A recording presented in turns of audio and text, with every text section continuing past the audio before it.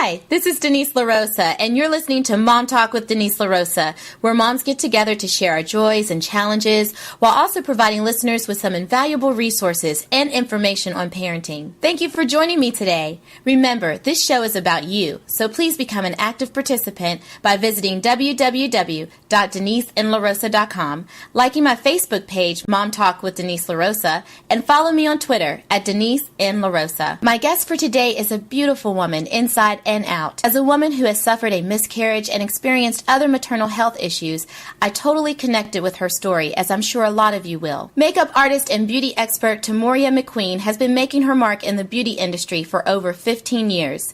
The beauty industry was always a natural calling for her. As a teenager, her bedroom walls were plastered with magazine images. She found herself intrigued with the talent of makeup artists to use their creativity and imagination to produce a variety of looks from natural to dramatic, depending on the assignment. Timoria had a very successful career as a makeup artist for several beauty brands, including Bobbi Brown, MAC, and Shui Uemura. She has also worked as a featured makeup artist at several luxury cosmetic retailers, such as Saks, Neiman Marcus, and Nordstrom. Timoria has accumulated an impressive list of credentials during a career that has sent her all over the globe. She has worked with everyone from Grammy winners to royals. Her clients are most impressed with her professionalism and dedication to collaborating with them to ensure that they are happy with their look.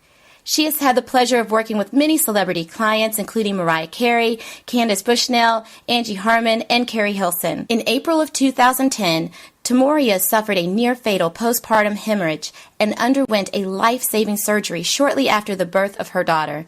Timoria was later diagnosed with PTSD and realized that there are very few resources for women who had similar birth experiences.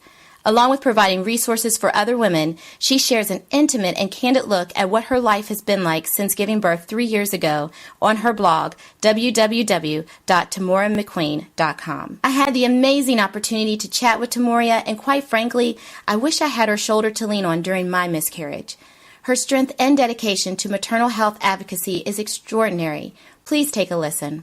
Well, I just was so moved by your story. And, Timoria, when I think about you, I think about how life just takes you on a journey that oftentimes you don't have any clue that it's going to take you in this direction. And here you are, this makeup artist to the stars, living your life, enjoying this pregnancy, and then your experience really has placed you in this opportunity to really reach out and speak out on maternal health. Yeah. So do you mind sharing your story with us? Sure, absolutely. So in April of 2010, I gave birth to my now 4-year-old daughter. I also have a 6-month-old daughter that I'll tell you about a little bit later. But when my first daughter was born, I had just a typical, I guess, like a normal pregnancy, and what I would consider, even up until delivery, a really normal experience. I had a super long labor. It was 27 hours, which I will totally bring up to her many times in her life, I'm sure, and remind her what I went through. Yes, I hear you. But I checked into the hospital on April 18th, and she was born on April 19th of 2010. So, like I said, really long labor, 27 hours. I ended up having to take Pitocin to get things moving along. And once things got moving along, it was a really quick and what I would say a pretty easy delivery. You watch she's my first, so you watch TV all these years and movies, and you're just expecting to be sitting there sweating and screaming and all that stuff going on. But I was like, beep, beep, beep, beep. Like I was watching Seinfeld like 10 minutes before she was born. And I remember saying to my husband, hey, can you turn off the TV? Like I don't want to have like the memory of my birth being like watching like this episode of Seinfeld. I just thought it was so funny because I was just about to start pushing, and there's like Seinfeld and facing me.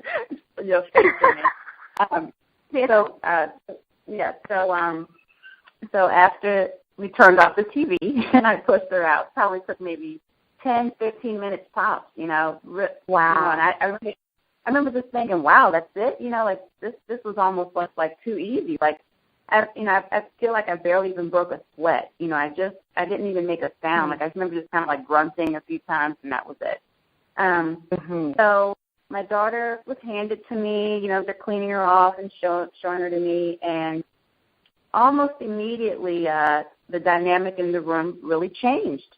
And so, you know, they put my daughter in the little bassinet with the heat lamps and all this stuff, and I started to look in the TV because I could see the reflection. And I remember I just saw tons of blood just still, you know, coming out of my body. Oh, now, goodness. You know, with your first baby, you know, you have no clue. So I'm just thinking, well, it's a bloody experience. Of course there's going to be blood. You know, so I'm just waiting to get cleaned up. And then next thing I know, my doctor is, you know, his hand is pretty much, or I won't say his arm, you know, is up inside of my body, up past his elbow, and he's just massaging around and around. And so I knew then that something wasn't right. My uterus wouldn't contract, but I didn't know that then, but he was trying to massage it to get it to contract. So it wasn't working. So at that point, actually kind of right before that, my husband and my baby were taken to the nursery. And so my doctor spent another 45 minutes just trying to get my uterus contracted. And the massaging is something that, you know, I you know, it feels like yesterday, and I'll get into more with that. Just kind of replaying all this stuff as time went on. So I started to get very weak, and I remember hearing the machine start to make these warning beeps. And I looked, and I could see that my blood pressure was dropping, and you could hear the machine, you know, like beep, beep, you know, like we've all watched enough Grey's Anatomy to know what those beeps mean. Right. So I knew then, you know, something was very wrong. And so my doctor, he explained to me, you know, what was happening, and that they were going to need to call an emergency surgeon. And so in between that, he told me that the surgeon was going to come in and tell me some really scary things. He said, my doctor said, you know, look, he's going to come in here and he's going to tell you a lot of things that are scary and that you don't want to hear, but just know that you're going to be okay. We're going to get through this. And I said, okay, you know, and when he said, like, scary things, I wasn't really thinking death. I was just thinking, like, oh, you know, like maybe I'll be in the hospital for a long time, or, you know, at that point, I still really couldn't grasp exactly what was happening. And so the surgeon gets to the hospital. He comes right into the room, and I'll never forget, because he had one of those, like, thick New York accents, you know, and he's like, just looks straight at me. He says, hey, kid, I'm going to tell you right now, I don't know if you're going to make it through the night. And it was just like this stuff, like, you know, this, you know, it was almost surreal. Like, did he really just say that? Is he joking? You know, because I just, you know, because by then, of course, the whole bed was very bloody. You know, I just got weaker and weaker. I had thrown up on myself a couple times by that point. So, you know, at first I was kind of waiting for, you know, for the joke, for the laugh, and there was none. It's just this deadpan, serious look on his face. So he said, I need to know if you want to have more children. And I said, you know, well, really, I'm only concerned about the one I just had. And he said, but I just need to know, you know, do you want to have more children? And I said, well, again, I'm only concerned about the one that I just had. But, yeah, you know, if because you're asking me in this way, yes, I would like to have more children one day. And he said, the reason why I'm asking you that is because if I can't stop the bleeding through this surgery, which was called an embolization, if I can't stop the bleeding through that, then I'm probably going to have to give you a hysterectomy. And if that doesn't stop the bleeding, you will die tonight.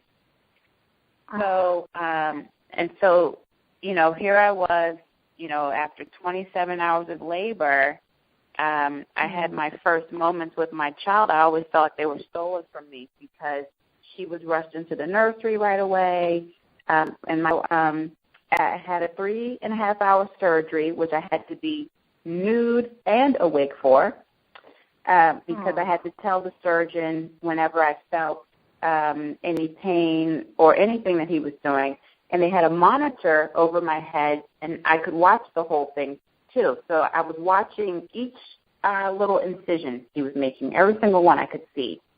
So that's, I cannot imagine. I don't know. Yeah, I mean, I don't know if a lot of people actually have the experience of being able to watch their own surgery, especially one that's, supposed to save your life. So every time we get to the next incision, I remember thinking, I hope that one stays plugged up. I would see him, doing his stuff in there, and I would go, I hope that one works in my head. I was saying, I hope, I hope he would ask you questions. How's that feel? Do you feel this? Do you feel that? And I really didn't feel very much. I was so looped up on so much stuff. I had, I believe, Demerol, and, at that point I had a bunch of transfusions. I still had epidural in me from giving birth. So, I really didn't feel much at the time. So once the surgery was over, he really fought for me to be able to go back to labor and delivery. And I have to tell you, I'm so thankful for that every day, because just being able to I just needed to see my daughter while I was in surgery. I kept looking at my arm and my hand, because, when babies are born and they're covered with the white vernix, so there was a ton of it all over my arm and my hand. So the entire surgery, I just kept looking at it. I kept, I would stare at the monitor, and then I would stare down at my arm and my hand, and I would say, I'm going to go back and be with my baby. I know I am. I would just tell myself that. So that really kept me going. The next day, I was in so much pain. I couldn't move any body part, not one thing. And I couldn't even feel my legs, and that was really scary. I remember not being able to move my legs. I actually thought I was paralyzed. They were checking my vitals and everything, and one of the nurses said, wiggle your feet or your toes. But it took some time to process really what happened. It was such a blur. And so, we had friends come visit, family come visit, and, I just got lost in all of that was happening. And, I was telling the story of what happened right away. It's something that I've never shied away from or been embarrassed to talk about. It took me time to process it, but it's something that I've never had a problem saying, this is what happened to me when I gave birth. So that I came home 5 days later. Everyone thought I had a C-section, so I remember posting on my Facebook, because, after a couple of days, people started texting and posting on my Facebook page, hey, what's going on? Did you have the baby? Did you have a C-section? People always feel very free to ask me any sorts of questions. So I remember I hear you. Me too. Facebook, my actual post on Facebook was like, thank you all for your concern about my crotch. I did not have a C-section. I had a vaginal delivery. I will be doing my press conference about the whole thing. I'm going to come home tomorrow, blah, blah, blah. I just felt so lucky in the beginning. I was just so happy that I made it through. When I came home, I just wanted to just be thankful and not really think about the bad things that happened, but it was hard to run away from it all. My doctor would call and check on me often, my OBGYN, and one day I was sitting at home by the computer, while my daughter was napping, and I was sitting there just kind of in a daze. And I was just reading, a mommy website. But I was just in a daze, and the phone rang. And I call him Dr. B. And he said, hi, how are you doing? And I said, I'm good, I'm fine. And meanwhile, I'm just sitting there in this daze. I was like, I'm good. He said, you're good? I said, yeah, I'm good. And it just seems, when I look back on it now, it was just so strange. I was like, because I talk about this a lot, and I even told him this once. I said, patients lie all the time. I said, when I think back to my response, it's because I didn't know how to say, no, I'm not fine, or if it was going to be okay to say, no, I'm not fine, I need help, Exactly. I'm sad, I'm confused, I'm angry, I'm replaying all this stuff. And so he just said it to me. He said, how can you be fine? And I was like, because I was like, what do you mean? He's like, tell me what's happening. And so as I got into it, and I told him, I was like, I'm having trouble sleeping. I keep thinking about this. I'm replaying it all. The blood. For me, it was always the visual of all that blood. The vomiting on myself, his hand, his arm. I keep saying his hand, but really, I mean his arm all the way in my body, massaging. And so he told me, he said, I want you to come back in. He said, but I think you might have PTSD. And I immediately said to him, oh no, I'm not one of those people that doesn't like their baby, because I really didn't even understand PPD, postpartum depression, at that point. I didn't even really get what that was, And he said, no, he's like, you're thinking about PPD, and he's like, that's not really what that's about. That's a complicated thing. He said, I think you have post-traumatic stress disorder. And I said to him, I didn't even know what it meant. I think maybe I had only heard the term a couple of times, and of course it was always in relation to veterans of war. And so at my next appointment, which was a few days later, we had a long conversation about it, and so he went over all of the symptoms, and pretty much every single one, I hit dead on at that point, symptom-wise. And so he gave me a list of therapists, and foolishly enough, I just went to, the closest one to my house, because I'm thinking, hey, I have a new baby.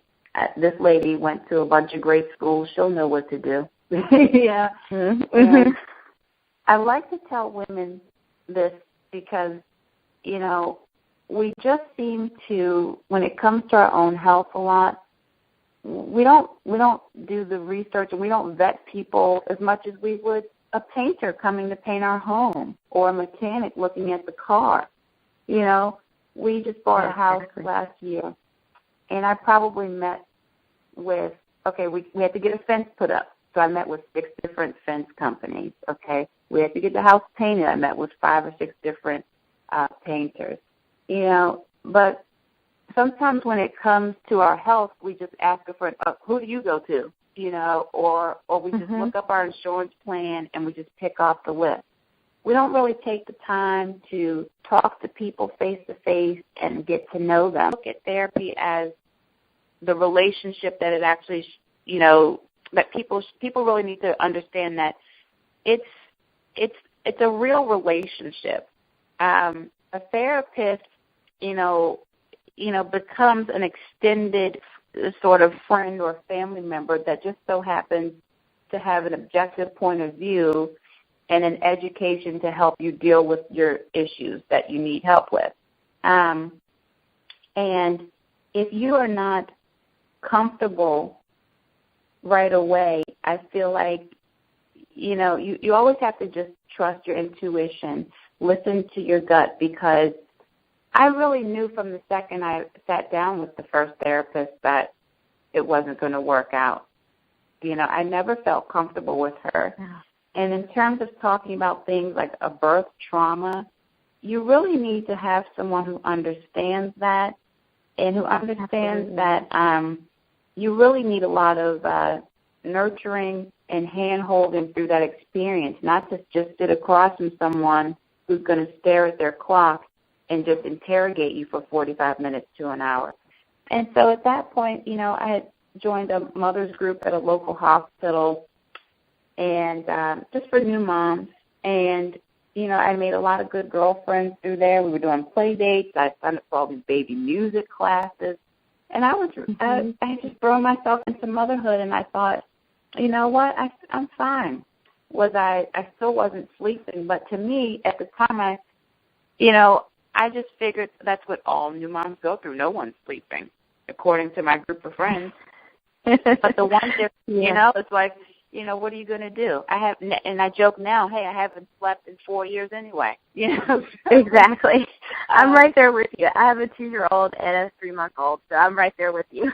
Oh, okay, yeah. So I have a 4-year-old and I have a 6-month-old. So yeah, I always joke. I remember the last good sleep I got was the day before I went into labor with my first. I think God said, I'm going to give you an amazing sleep, because I know you're not going to get another good one for a really long time. I love this. I still remember the sleep. I remember while I was sleeping, it was so good that I woke up to be thankful for the sleep. Like, I was like, thank you for this awesome sleep. Yeah, I've had that happen to me too. Yeah, it's incredible. So, so after, a few months, my daughter turned 1 April of 2011, and I felt like, wow, I'm doing really good. I mean, I was still replaying everything every day, and my body to me just felt off limits. Like I'm telling I didn't want to be touched or hugged. I really only showed affection to my daughter, and that was it. I'm not a super touchy-feely person anyway, but, with my husband, I was just like, don't even come near me. I don't, I don't want to be touched. I remember I didn't want to hold hands. I didn't want to be hugged. Forget about sex. I mean, that just totally was like, that's definitely not going to happen. If I can't even give you a hug or hold your hand, so, it's going to be a while. But that May, I went with some women, and I had a really great lunch. It was 4 of us with our 1-year-olds, and we were excited. We took them to a pizza place, and, it was so cute to watch all the little 1-year-olds finally, eating their little cut-up pizzas and all this stuff. So I had cramps all day that day.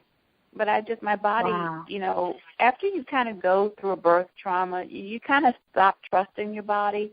I was always bleeding here and there, and, I had been breastfeeding, so everything was just out of whack and irregular. And so I just figured, here we go again, and just, my purse was stocked better than CVS in terms of pads. I can tell you that I had every size. I was prepared for anything, all the time, because I just lost the trust for my body. I was always waiting for something to happen.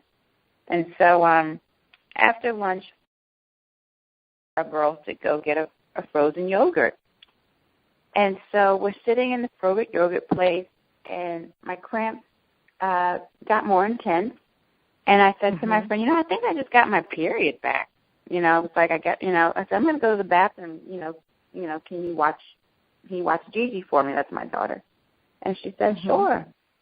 I went into the bathroom, and I looked down, and my underwear was full of blood. So I said, let me put a pad on.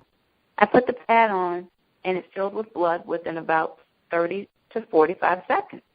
And that, is a key indicator that something is very wrong. And, my doctor always told me, if you feel a pad in under a minute, just call 911. Go straight to the hospital. So it just so happened, so I actually changed it again just to be sure. And it happened again. And then all of a sudden the blood was just flowing like someone turned on a faucet. And it wouldn't stop. So I reached and grabbed there was a roll of paper towels in the bathroom. And I just took about half the roll and stuffed it in my underwear.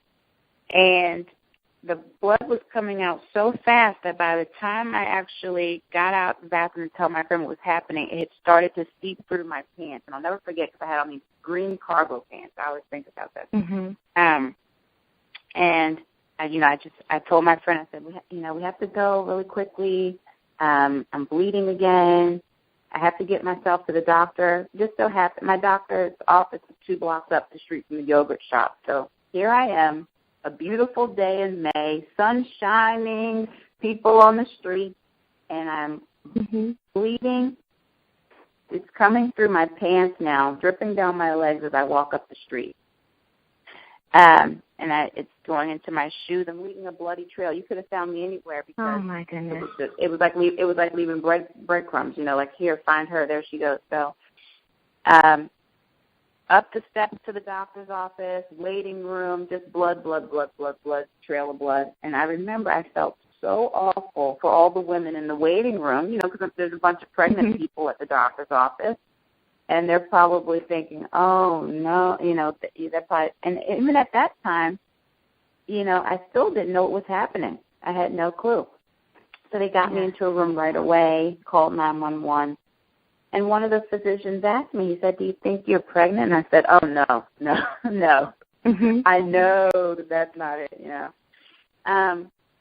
So my husband, you know, had to rush home from work. My daughter went to go stay at my friend's house. And so I was in between waiting for my husband to get to the hospital. I was on the hospital bed, and I was all alone in the room, covered in blood, thick blood. It was so thick. And I felt all this pressure between my legs. And I felt like if I opened my legs, like just all the blood of my body was going to come out. And so I remember thinking, I was just clutching my legs together so tightly.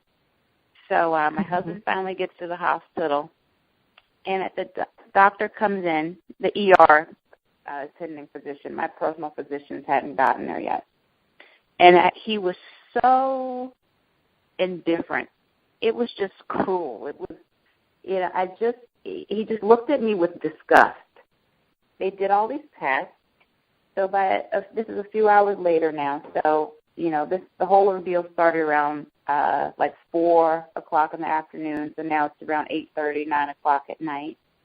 And one of my regular physicians, it's a group practice, so you know everyone. You know, it's like 6 doctors, so you know them all by the time you have a baby. So he comes into the room and he just says, "I'm sorry to tell you guys you lost your baby." And I was hysterical because I didn't even know I was pregnant. And then at the same time, I started laughing because I was just thinking, God, I only had sex one time. Oh, my goodness, yeah. It just happened to be, you know, I think it was probably like 6 to 8 weeks before that. And I was just thinking, because I kept trying to think, when and what, you know. And I was like, oh, you know, then you go back, then you go, oh, everyone has that, oh, right. No, that's, oh, okay, you know. I had too much, I had some wine. That's what it was. Right. So I was hysterical, and for a few different reasons. You know, one, just the shock of not knowing. Because, you know, it's my first, you know, we were excited to try to have a baby, and I did all the right things, the vitamins, you know, and this and that, and drinking a lot of water and all this stuff. You know, and then, you know, when you don't know, you're not even thinking about it, or it's so far from where your mind is at and what you're thinking for yourself. You know, you're drinking whatever you want. You're having a good time. You're having wine. You're doing this, doing that, drinking a ton of coffee, whatever. You know, just all these things. I never even thought about it. And then also, you know, it was traumatizing because I started to think, I don't know if I'm going to be able to do this again. I don't know if I'll ever trust my body again. My body has let me down again, and therefore I don't think I can put myself through this again. It was becoming a vicious cycle to me at that point. I felt like I was very angry. It re-triggered everything from my postpartum hemorrhage with my firstborn in 2010. again. I had to have an emergency D&C after the miscarriage. And I said, I don't think it's meant for me to do this again. And I hate my body, and I'm done with this. So one of the things that I realized was that I still hadn't dealt with everything, and that I needed to seek therapy, but I was afraid to try again after the first therapist had been so horrible. Right. So I don't know if you read on the blog about our wedding planner whose son had autism and how all that came about. But basically, I was filming a pilot for a show, and I after what I went through, I really wanted to help women who had been through traumatic situations.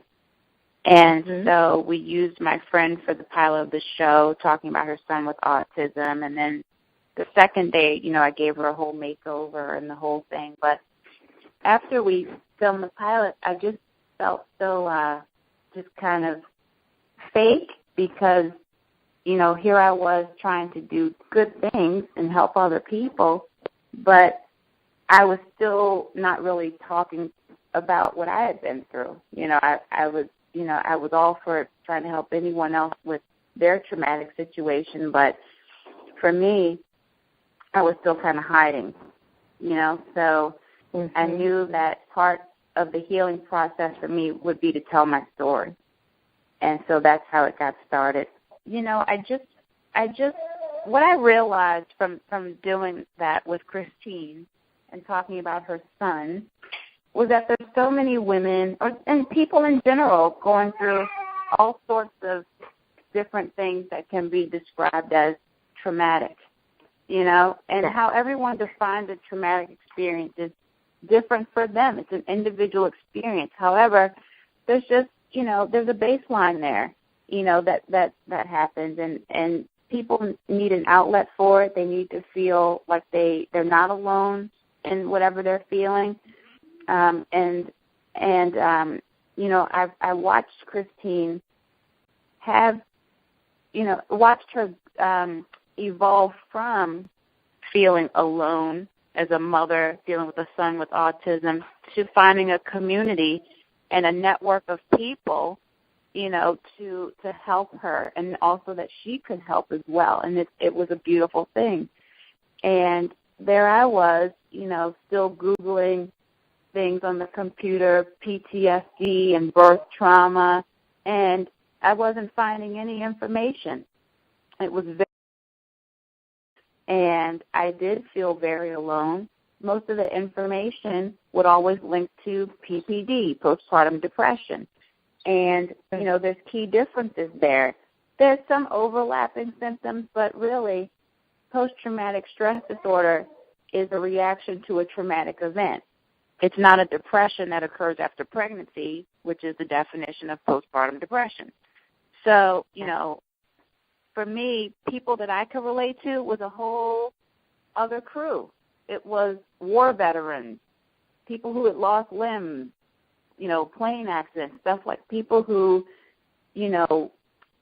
walked out of the house one day and came back different, a few hours later because of some traumatic event.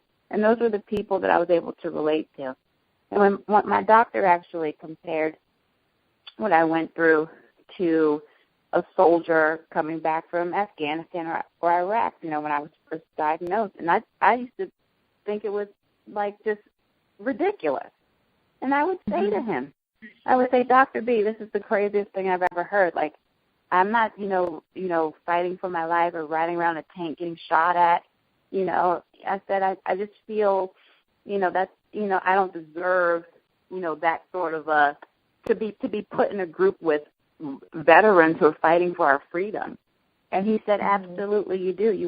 You went through the same thing. It boils down to what you went through, what you experienced, what you felt, what you saw, replaying it, and the emotions that go along with that. And once I was able to finally accept that and absorb that, then I felt like that's where the journey really began. I really felt like I had just been dipping my toes in the water, by filming, the pilot, and just kind of talking about what happened, but not really putting it all out there. And I've been writing about it for a really long time. And so the day that I, started the blog, I set up the site and, I put my first post up, but it took about a week or so before I actually hit the publish button. And I'm sure, you've been there too. Yes. I spent about a week or so walking back and forth. My laptop was in the kitchen. I walked back and forth past it, like, I don't know if I want to do this, because there's a saying, however you introduce yourself to the world, that's how you'll be remembered. So you have to be careful. And so to actually be someone who is going to say, yeah, hey, guess what? I almost died having a baby. I have PTSD. I'm crazy. That's what it felt like. I was like, is this really what I want to say? How am I going to, weave this story? And really I wanted to be as, if I knew that if I was going to do it, I had to be myself, and I wanted to be as honest and candid about the experience as possible. That it's okay to talk about these difficult things. It's okay to have had a birth trauma. It's okay, to have had a miscarriage and one in public. It's okay that you needed to go to a therapist for help with those things, because. So I was just thinking, like, whenever I lost you for a moment, it sounded like if you had a piece of advice or encouraging word to offer to women who have experienced a miscarriage, hemorrhaging after childbirth, or any other maternal health issues, it would be that you would say, it's okay, you're not alone. Is that right? It's really just that simple. I think that, my mom is a nurse practitioner, and we talk about, the lack of support for mothers after birth. We talk about the lack of support for anyone who's had a mental health issue, because, really there's a stigma attached to having one. If you have cancer or AIDS, God forbid, these are horrible things. However, the resources are bountiful. You'll find community support. People are afraid to say they have a mental health issue or illness because they know once they do, the label gets slapped on, so every day you're wearing a huge tattoo on your head, and you feel like people are going to judge you. You're being crazy. You're being dramatic. And a lot of times the language that people tend to use when it comes to women who, especially if you've had a miscarriage or after childbirth, I would say a miscarriage, people, they feel sorry for you, but they don't know what to tell you. It's just like, oh, that's so sad. I'm so sorry. They don't really think of it in terms of, hey, this person just lost their child. There was a human life involved there. And one of the things that, for me, after I had the miscarriage, another reason why it was so, I already had my first daughter by then, so you realize it doesn't matter at what stage a miscarriage happens. You realize, that thing that was the size of a pin tip is gonna turn into a pretty amazing person at some point. So right. Whether it's 2 weeks or 2 months or, 6 months or, any point in the process, that was where my mind was at. And when it comes to, a birth trauma, and let's say the mother and the baby both survive, then people tell you this, and this is what happened to me. Be happy. Be happy you survived. You have a gorgeous and healthy baby. They don't understand, that you're still replaying, that you had this horrendous experience. You had to have a life-saving surgery. I get letters from women they had to have a hysterectomy or, just something. And people just say, be glad you're alive. They don't realize that there were certain things that are also taken away from you on that day that you'll never get back. Absolutely. And that is so true on so many levels. I couldn't agree with you more because I had a very similar experience as far as the emotional piece. And, I feel like people think, well, we're women and this is what we're supposed to do with our bodies. And, women have babies every day. And, yes, it can be hard, but just kind of like a get over it kind of mentality. And I think that's where these labels come from. I know I got several of those labels from some people, oh, you're just being dramatic or, and like you said, be happy, and you are. You're not taking anything away from your angel. Of course you're happy and ecstatic. It's almost insulting. It's insulting. It is. Of course I'm happy. Right. But your emotions are valid, too, at the same time. You can't ignore what you experience. Mm-mm. Wow. No, you can't. Yeah. And another thing that I thought about was, we hear so much, like you were saying, about postpartum depression. All the time. But very rarely do we hear about the postpartum hemorrhaging and other maternal health complications. And why do you think that's the case? What's going on there? To me, it all boils down to nobody likes to talk about bad things. Having a baby is supposed to be this magical, wonderful, beautiful experience. And, of course, it can be. And a lot of times it is. But a lot of times it isn't. These things happen when you don't have, the normal experience because the mainstream, you're supposed to fit into this birth box, if you will, of how your birth is supposed to go. And when you don't fit in, there's kind of like an ostracization that happens. Like, well, you have to go over there with the people who didn't have the normal birth. We don't know what to do with you. So right. Yeah. I think that people a lot of times are just hiding. They're afraid to say, this happened to me, I'm still upset about it, and I don't know what to do. I don't know where to go for help. You go to the doctor when you're pregnant, and I always talk about this. How many times you go to your OB/GYN and you're in the office, pamphlets and brochures. And I can tell you, I'm 36 years old. I've never walked into any OB/GYN's office and looked down and see brochures about birth trauma, PTSD, preeclampsia, placenta, creta, postpartum hemorrhaging. We only want to focus on what's good. So we see pamphlets about baby gear and mommy and me classes, and things like that. Only the fun, the happy things. There's always someone sitting in that room, if not several women, who need to know where to get information for things like postpartum depression, post-traumatic stress disorder, what to do, what do you do if these things happen? There's a huge lack of knowledge.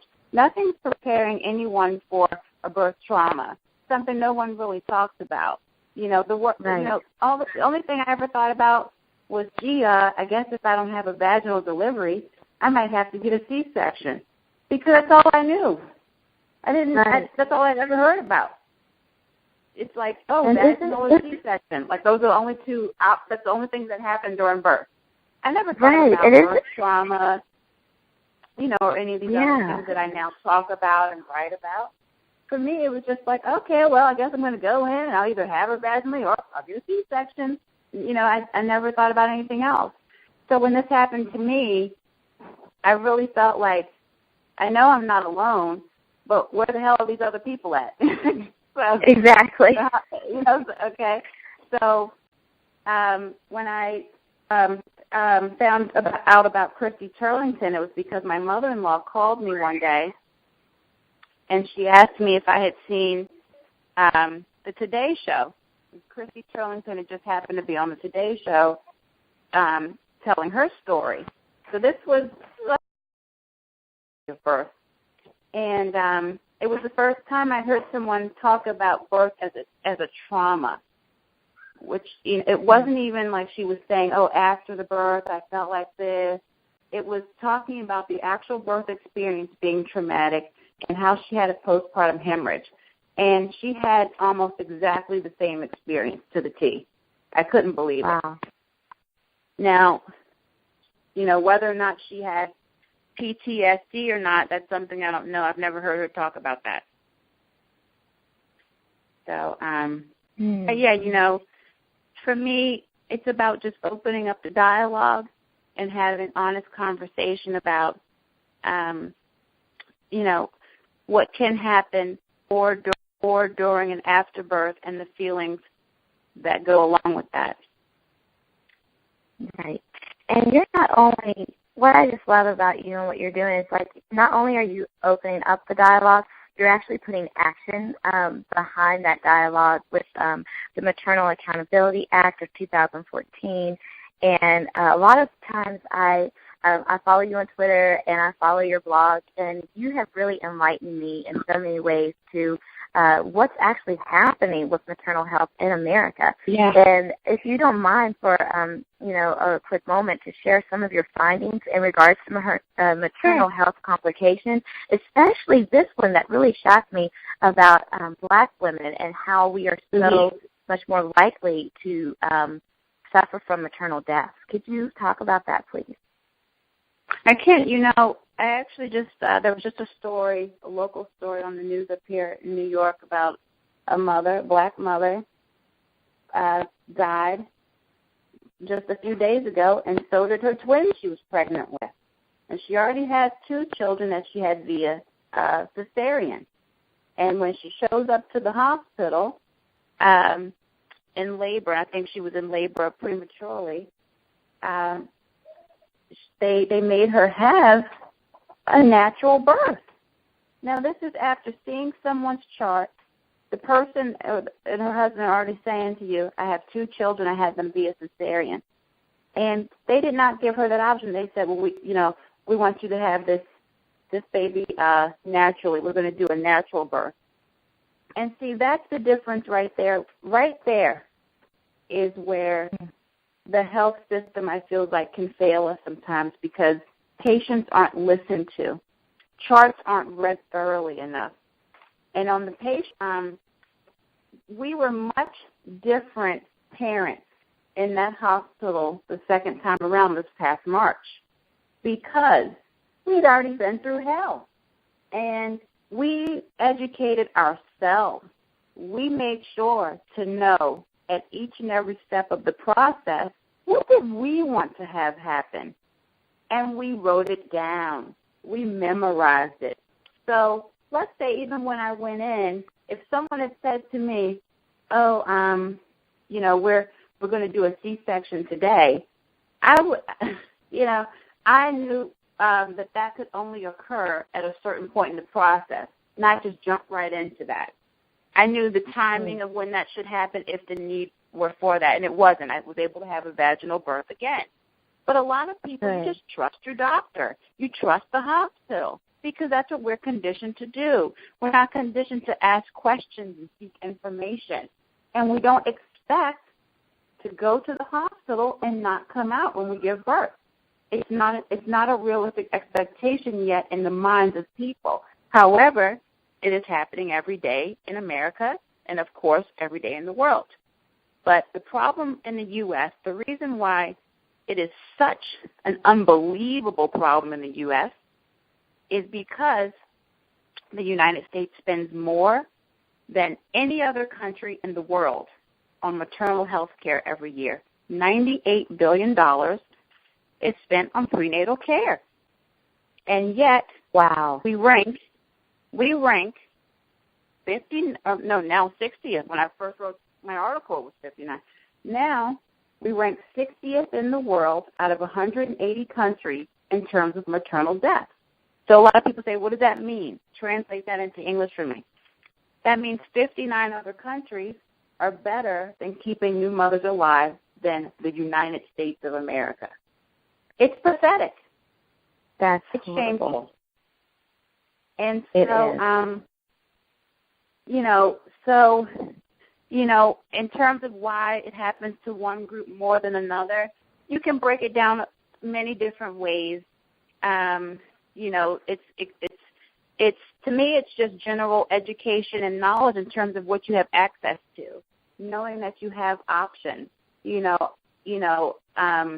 Knowing when to ask questions, when to, assert yourself as a patient, and try to be aware that these things can happen, and if they do, what is your wish? What do you want to have happen if, God forbid, you're in a situation where you are experiencing a pregnancy complication or you have some sort of birth trauma?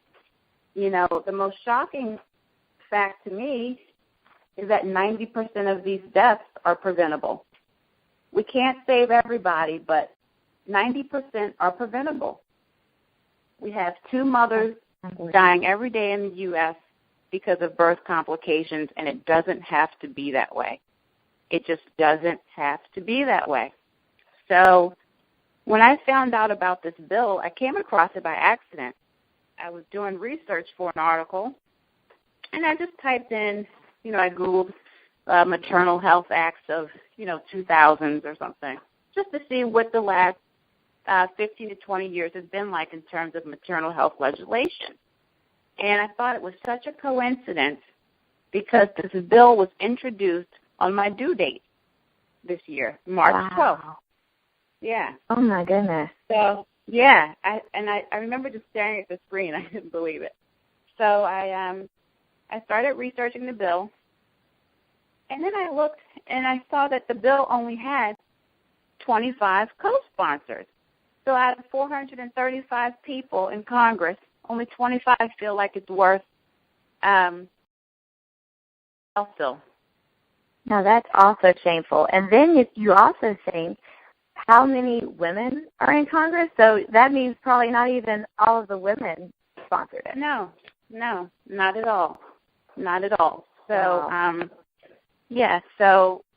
Once I started to look into the bill more and see what it was about, I said, wow, if only 25 people are co-sponsoring the bill, there must be something very polarizing about it. Let's really read the language, the bill. I couldn't believe it. It seems to me probably the easiest bill for people to want to co-sponsor. There's really not much to it. It's very simple. Very, very simple. Okay. Mandatory reporting of all pregnancy-related deaths. Okay. Maternal Mortality Review Committee per state on pregnancy-related deaths. And National Research Program that identifies and monitors maternal death cases. Okay. I don't see any controversy. I just don't get it. Right. I don't. Huh. That's unbelievable. But you know what? We have a voice.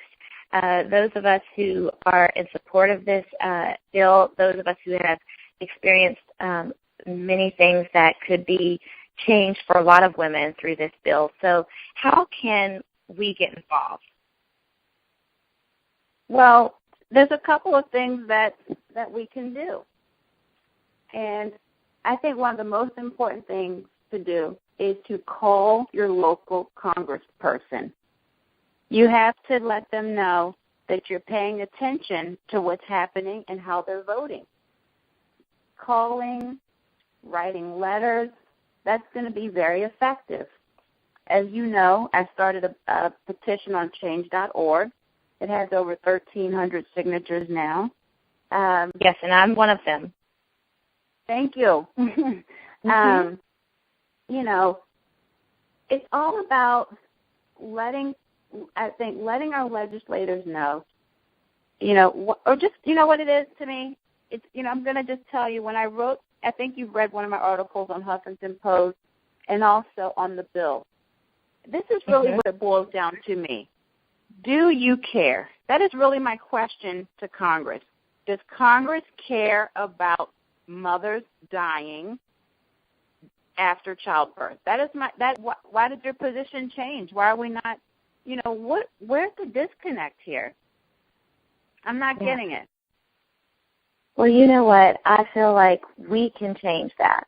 I think, just like you said, we as American citizens, sometimes we just fail to realize, or just are so humble to the point that we don't realize that we have a voice and we have the power to change, and we can designate what's important to Congress.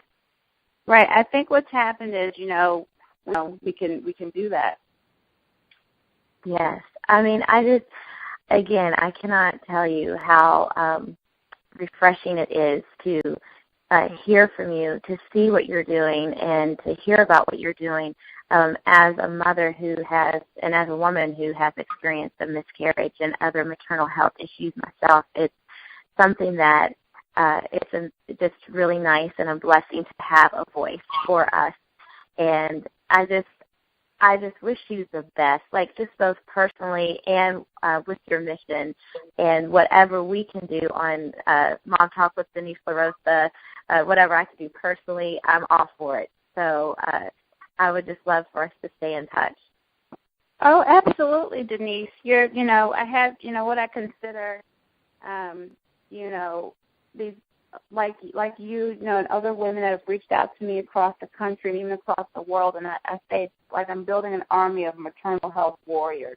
Like everyone, I think sometimes you don't realize, like, just how connected everyone is in the bigger scheme, because sometimes you just sit there and, we're on our computer and we'll just type in our blog posts or tweeting or doing this or that, but it's all about connecting, finding each other and connecting to each other and realizing, oh, okay, like I have a partner in this, we're going to work on this together. We can get this done. It's just connecting, woman to woman, mom to mom, person to person. We're all trying to do the same thing. And so we all need to work together to get that done. Yes, I couldn't agree. Thank you for tuning in. Be sure to stay in touch with me by visiting www.deniseinlarosa.com, following me on Twitter at Denise and LaRosa, on Facebook, Mom Talk with Denise LaRosa, and or email me at denise@deniseinlarosa.com. You can also sign up for my newsletter by emailing newsletter@deniseinlarosa.com. You have been listening to Mom Talk with Denise LaRosa. I will leave you with this Dalai Lama quote. When we meet real tragedy in life, we can react in two ways, either by losing hope and falling into self-destructive habits, or by using the challenge to find our inner strength. May you use your life challenges to both find inner strength and help others. Thank you for listening.